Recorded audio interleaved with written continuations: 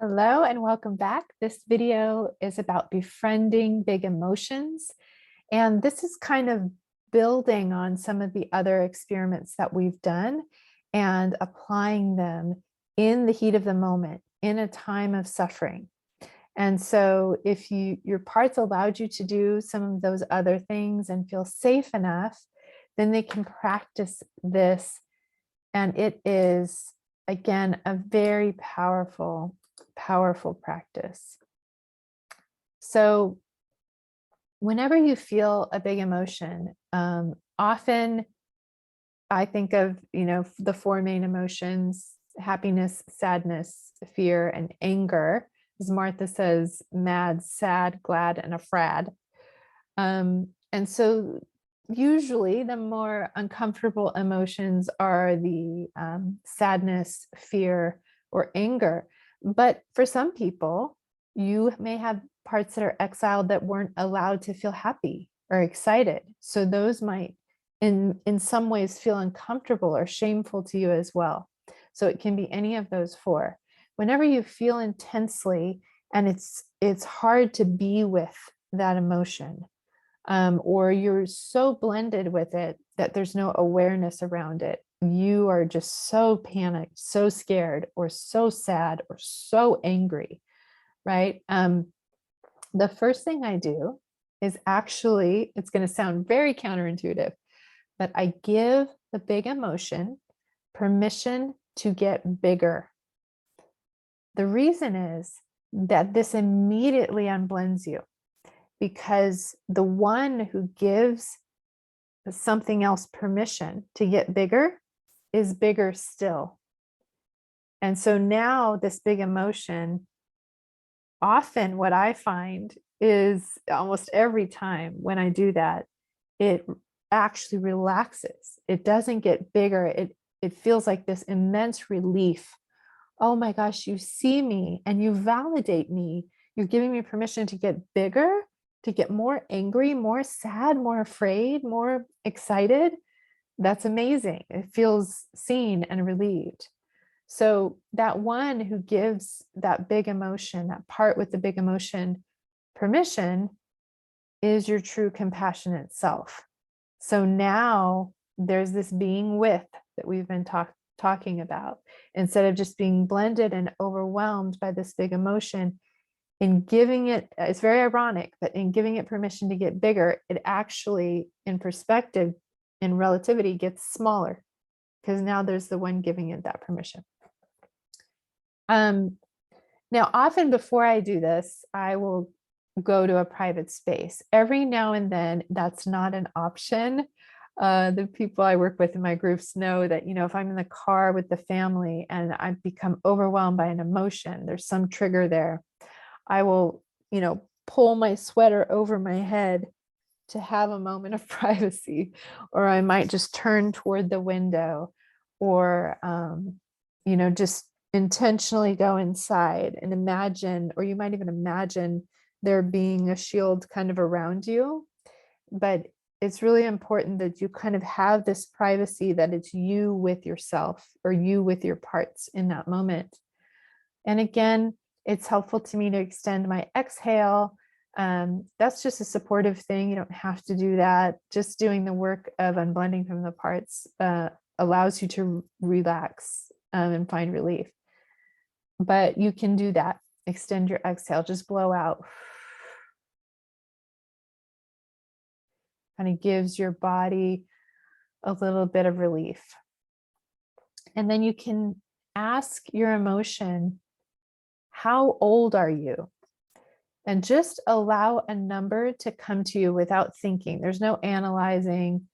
It must be about this or about that. There doesn't need to be a backstory. If any age doesn't come to you, it's okay. You can just move on. But what I have found, and again, I had to experiment with this with my parts because initially they thought this was crazy. But what I have found is that every time a number comes to me, and it can be anything from 0, infancy, to adulthood, 40 something. And the number that comes to me is really significant because it tells me, usually the kind of comfort that that part of me needs. So if 0 or infancy comes to me, I might actually go on my bed and curl up in a fetal position and rock and really give that part a gesture of comfort that an infant would need. If it's a teenage part, say, I might, just listen or say, I'm here, I'm not going to leave you, whatever it is. If it's an older part, I might have more of conversation and dialogue. So that age can be really helpful. Again, if you don't get a number, that's okay too. You can just go straight in to your personal mantra and gesture, physical gesture that you created in the past exercises, that soothing touch, those words of compassion. Sometimes I'll go straight into that when there's, I might be in a restaurant and something someone says triggers me, or something happens and I just feel this wave of intense emotion. I'll excuse myself to the bathroom. I'll be in the bathroom stall, put my hand on my heart and say, beloved, I'm here for you. I see your suffering and I'm here. And often that will release the emotion to come up and out through tears. And then there's this sense of relief and calm that comes from that. And I've just given that part exactly what it wanted and needed most. And then if you would like, you can go further, kind of like I said in the last exercise with the child and the critic. If you are really coming at this part from a place of openness and non-judgment and compassion, you can do or say whatever you want and it will be the right thing. So you might ask questions.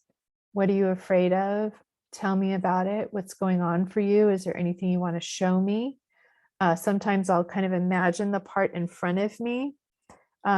Sometimes it'll look like me. Sometimes it'll look like a ball of energy or a color. Just if you can, be open to whatever comes. And I promise that there will be incredible insight that you gain afterward. Sometimes you might have very thinking, analyzing parts that are skeptical or are analyzing things. And if you can ask them to step back and just give you space so that you can have this experience with the part and hear from it, and then you can welcome them back in afterward to give you their input about it. What did they think about what happened? Do they think it was nonsense? So usually if I let them know they can come back in and tell me all about it, afterward, they like that idea and they'll relax back. And then I'm open to receiving whatever there is. So like I said, I might see a part of me in front of me that is distressed or is showing signs of overwhelm or pain or fear. And usually my immediate response is compassion because I see it in front of me. I'm not it. There's this very stable part of me that can give the distressed part compassion. And you might ask the part, what do you want or what do you need? Often distressed parts have an unmet need. And just be open, just listen to whatever comes to you without thinking of it. It'll feel like another person talking to you that you'll go, oh, okay, that's interesting.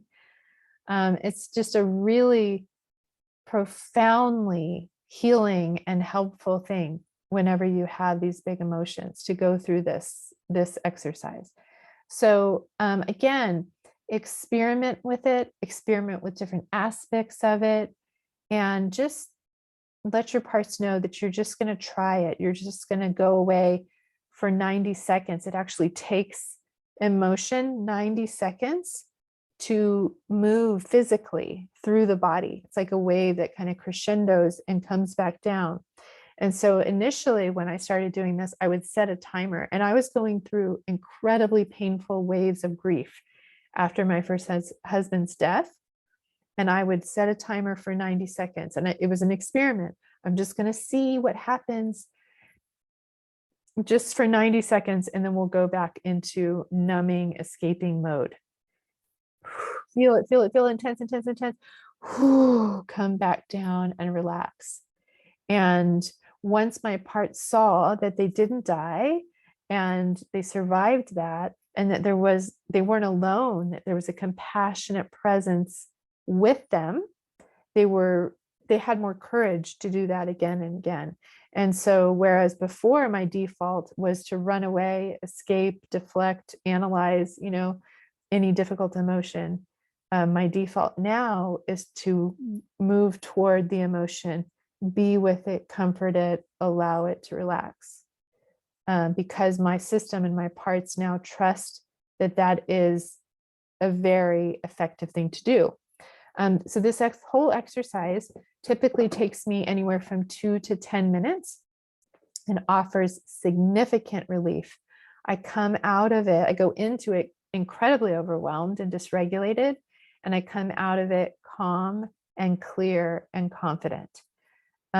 Sometimes if I don't do this, because people say, well, I don't have time to go away and do this. And I often will tell them, you don't have time not to do this, because the alternative is that the part is like just here on the surface and you're really irritable, or it's taking a lot of energy from you. And in going away and giving it this attention and allowing it to relax, or the unmet need or unhealed trauma to be addressed, actually helps you move forward from that point with great efficiency and with more energy and more stability.